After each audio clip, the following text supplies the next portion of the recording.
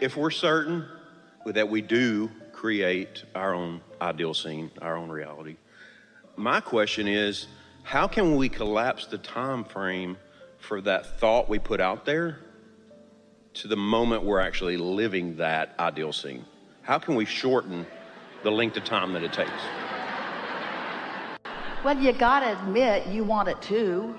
Yeah. And I have identified, just through reflecting, I've noticed a trend in my life that there's, for some reason, seems to be a 2 to 4 year lag based on things that I've created. Sometimes the lag is helpful, closing of the gap is helpful, in that more contrast causes you to fill in more details. And so your creation becomes more vibrationally complete before you start moving toward it. Actually, it's just because most of you like the drama is the reason that you do that. But the answer to your question is, how can I shorten the time distance between the desire that I've launched vibrationally and my ability to recognize it, is by improving your ability to recognize it, because it's all perceptual. And so by improving your ability to recognize it, that means you want to be in the receptive mode more often. That's what we were talking about. If you meditate regularly, quiet your mind, feel detachment, allow your vibration to rise, now you're more often in the receiving mode. And the more you're in the receiving mode, then the more impulses will lead you to things that will lead you to things that will lead you to things.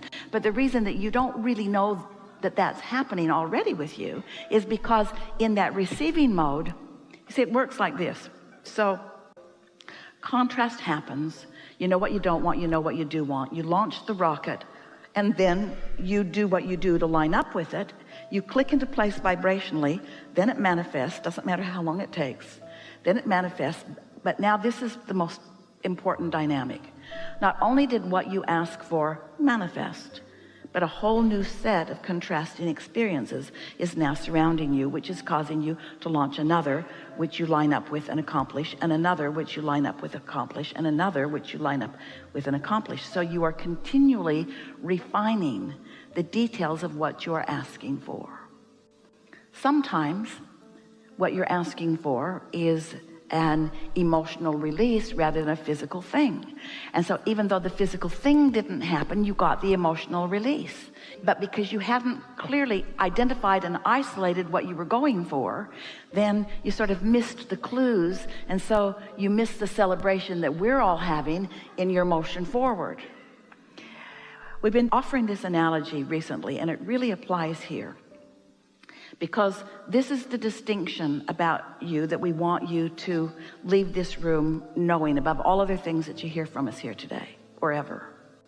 If you look at the manifested world today, it's easy to sort into piles of behavior and creation and having. In other words, there are lots of lifestyles and philosophies that you could identify and label the population of your planet with. And most humans spend most of their time trying to do that.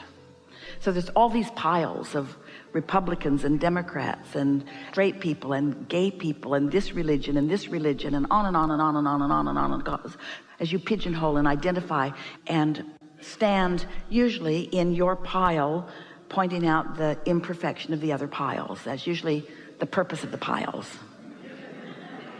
Not always, but usually it's the purpose of the piles.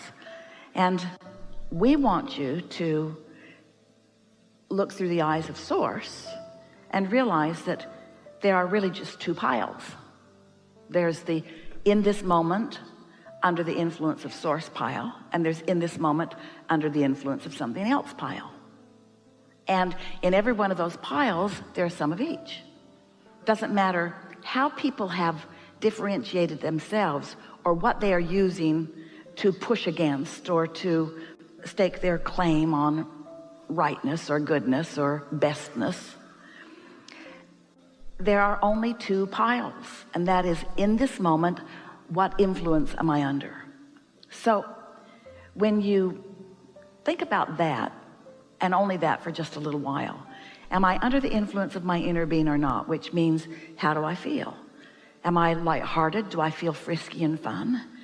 Do I have love in my heart? Is love running down my cheeks? Am I funny? Do I have good timing? Am I glad to be alive? Am I eager to get out of bed in the morning? Am I tuned in, tapped in, turned on? Because when that is how you are mostly, then what happens is there is almost no time between the identifying of something wanted and the realization of it.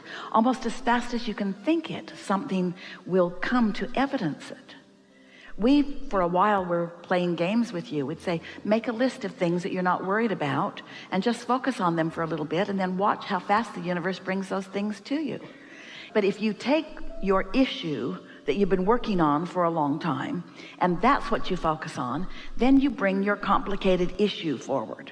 It's an issue, so you're not under the influence, and so it's a struggle, and so then it seems like it takes a really long time. And so here's the really powerful, important answer to your question. Humans, where did you get this? Humans, we know where you got it, but we don't want to spend a lot of time on talking about where you got it. Humans, and we don't mean to sound so blameful, but humans, what you do is you stand in almost a perpetual state of defensiveness because of all those piles. All those piles make you defensive because there are people in other piles looking at you. And because you're empathetic, you can feel them looking and you sort of kind of know what they're thinking. So you're picking up on that and then you feel defensive about it. But you got to understand, there is no assertion. There's only attraction. So when somebody thinks something and you feel defensive, it's not their offense that's getting you, it's your defense that's getting you. It's your pushing against what you think is their unwanted stuff in you that holds you in the place of not being under the influence of your inner being, because your inner being does not do that. Your inner being adores every pile. Your inner being even adores the part of the pile that's under the influence of Source and the part of the pile that in this moment isn't under the influence of Source.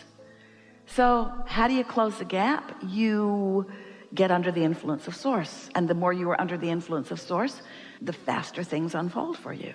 Are we better served to focus on specific tiny little details of how we want certain things? Or does that actually push it further away because what a we good want question. it to be so exact? It depends on whether you're under the influence of Source or not. If you're under the influence of Source, the more detail, the sweeter it tastes. If you're not under the influence of Source, the more detail, the more you want to spit it out. Isn't that true? It's sort of like knowing when to push on the gas. Once you got control of the vehicle, then go really, really fast. But until you've got control of it, slow down and get control of it. And so the rule of thumb is the better you feel, the more detailed you want to be. The worse you feel, the more you want to go general with it. You see, the details have already been identified by you. Your vortex, there's enough in it to keep you busy for 20 or 30 lifetimes. And while you are continually adding to it, that vortex is ripe and ready to begin delighting you.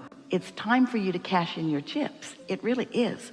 It's time for you to begin experiencing more of what you've put there. But here's the thing. Experiencing more of what you've put there would feel good. But you got to feel good before you can experience more of what you've put there. But experiencing more of what you've put there would feel good. But you got to feel good before you can experience more of what you've put there. And so when you start doing whatever you do for the feeling in it, rather than for the result, and that's what's tripping you up in this question, because in your impatience about how long it's taking, there is evidence of resistance that makes us want to say, that's why. That's why.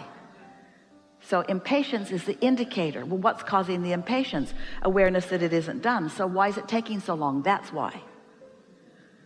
But wouldn't I be crazy if I didn't have some awareness of where I stand? Well, it's a wonderful thing to have awareness of where you stand, but you've got to be clear about where to put the emphasis. In other words, what's dominant? This is the question that you're helping us to ask. And this is a question that as you reach for the answer of it will serve you extremely well. So the question is, what's dominant in my vibration, my desire or my belief? Well, if my belief and my desire are the same, then isn't that obvious? What I desire and what I believe are exactly the same, and so then what happens? There's no time separation. When I desire it and I believe it, it already is. But if everything already is, then you're dead in a way there isn't dead. So you want to embrace the fact that the gap is a good thing. There's always going to be something you desire that hasn't manifested. That's why there's all that joy in that journey. So a diminishment of impatience is a good thing. Well, how do you diminish impatience? By anticipation. How do you get rid of impatience? By anticipating what's coming, by dreaming where it's going, by tasting the sweetness of the expansion, by not trying to do the impossible of getting it all done, by no longer looking for the marks on the chart, by no longer caring what anybody else thinks, by not keeping score, by not measuring yourself against anything else, by letting the only measurement be the measurement of how good you feel right here, right now. That's really helpful, isn't it?